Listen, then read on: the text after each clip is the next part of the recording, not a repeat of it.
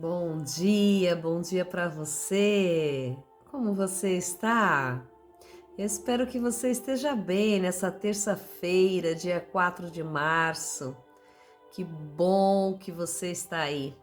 Deus é fiel, Deus é justo, Ele é longânimo, Ele usa de complacência para conosco e de misericórdia em todo o tempo.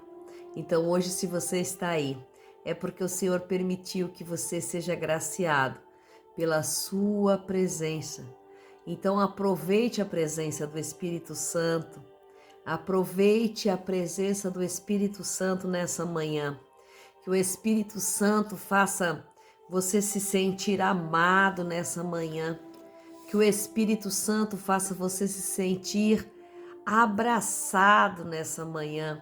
Que Deus possa te encher nessa manhã da sua plenitude, do seu amor, da sua graça, da tua magnificência, do seu esplendor, porque estarmos debaixo das potentes mãos do Senhor nos faz nos sentirmos bem, nos faz nos sentirmos melhores diante das adversidades. E hoje é um dia especial, um dia qual o Senhor decretou para você prosperar, para você vencer, para você seguir o propósito. Não desista do propósito nessa manhã.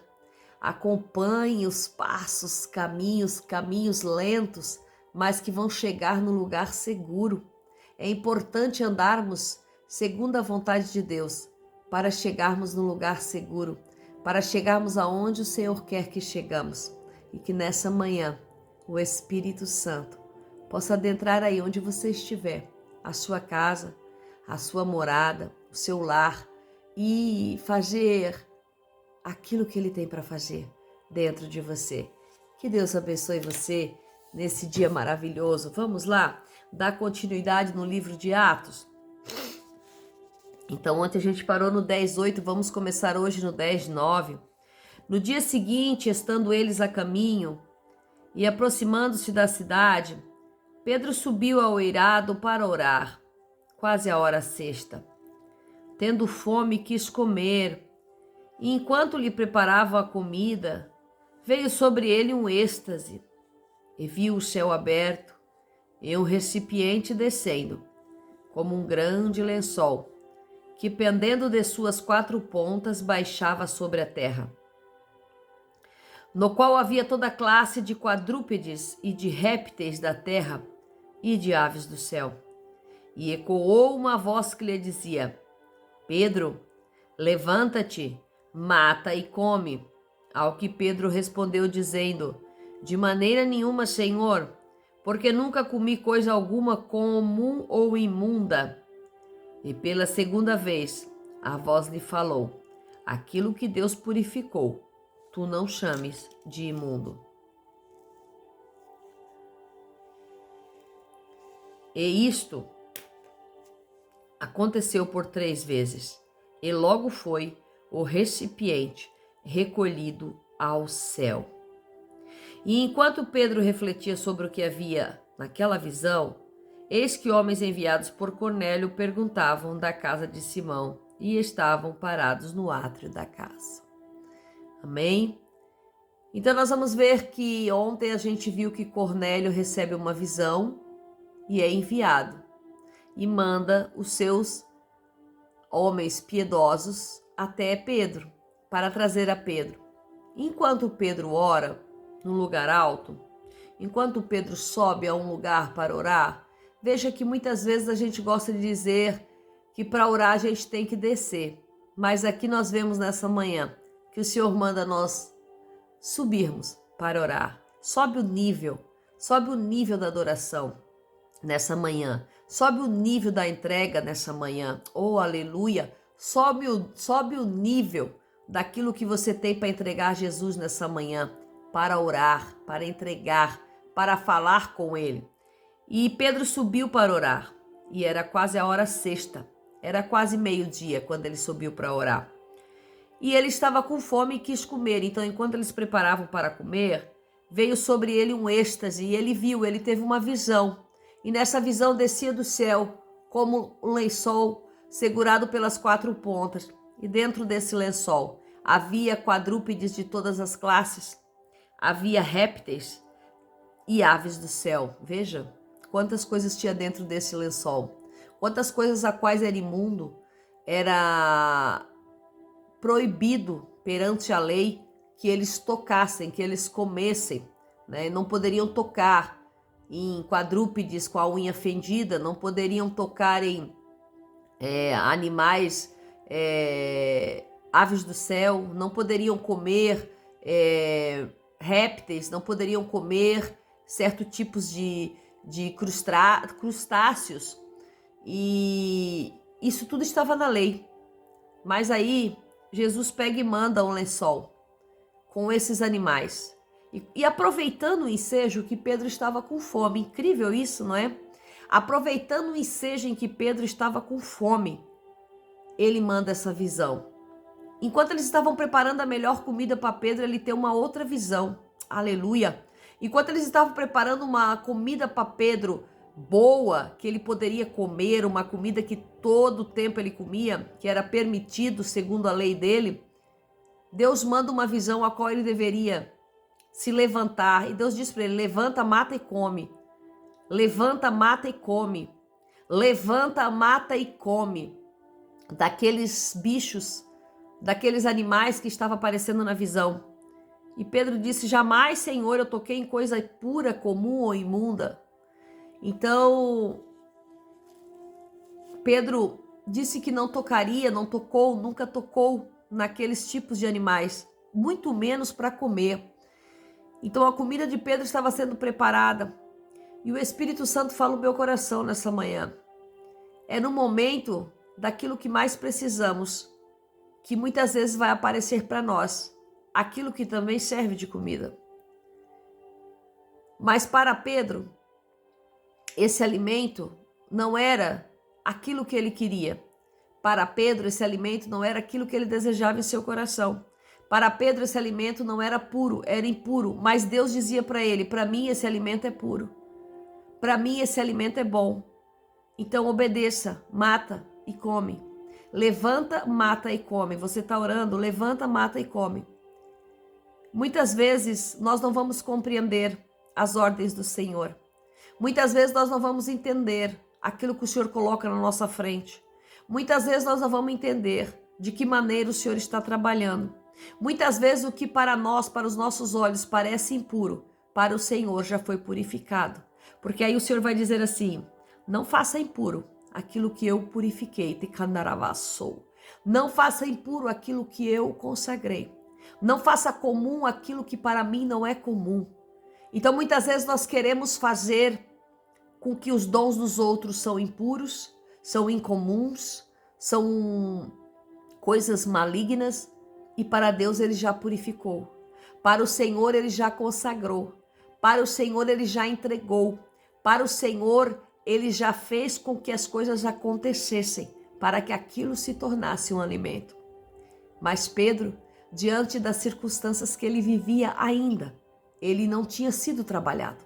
Ele estava sendo preparado para este povo, a qual comia aqueles tipos de animais, para um povo gentil. Ele estava sendo preparado ao qual ele não conhecia, ele não sabia, mas Deus já tinha falado com Cornélio.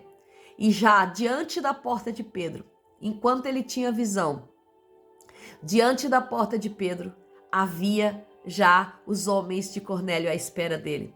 Então nós vemos que Deus ele trabalha de uma forma surpreendente, de uma forma maravilhosa. Deus trabalha de uma forma gloriosa. Muitas vezes falamos que tais situações são impuras, são comuns, são pecados, são situações que desagradam. Mas será que Deus já não consagrou? Será que Deus já não constituiu? Será que Deus já não permitiu para esta situação que as coisas corram da forma que corria? Então eu não entendo muitas vezes certas atitudes. Me veio a lembrança agora de um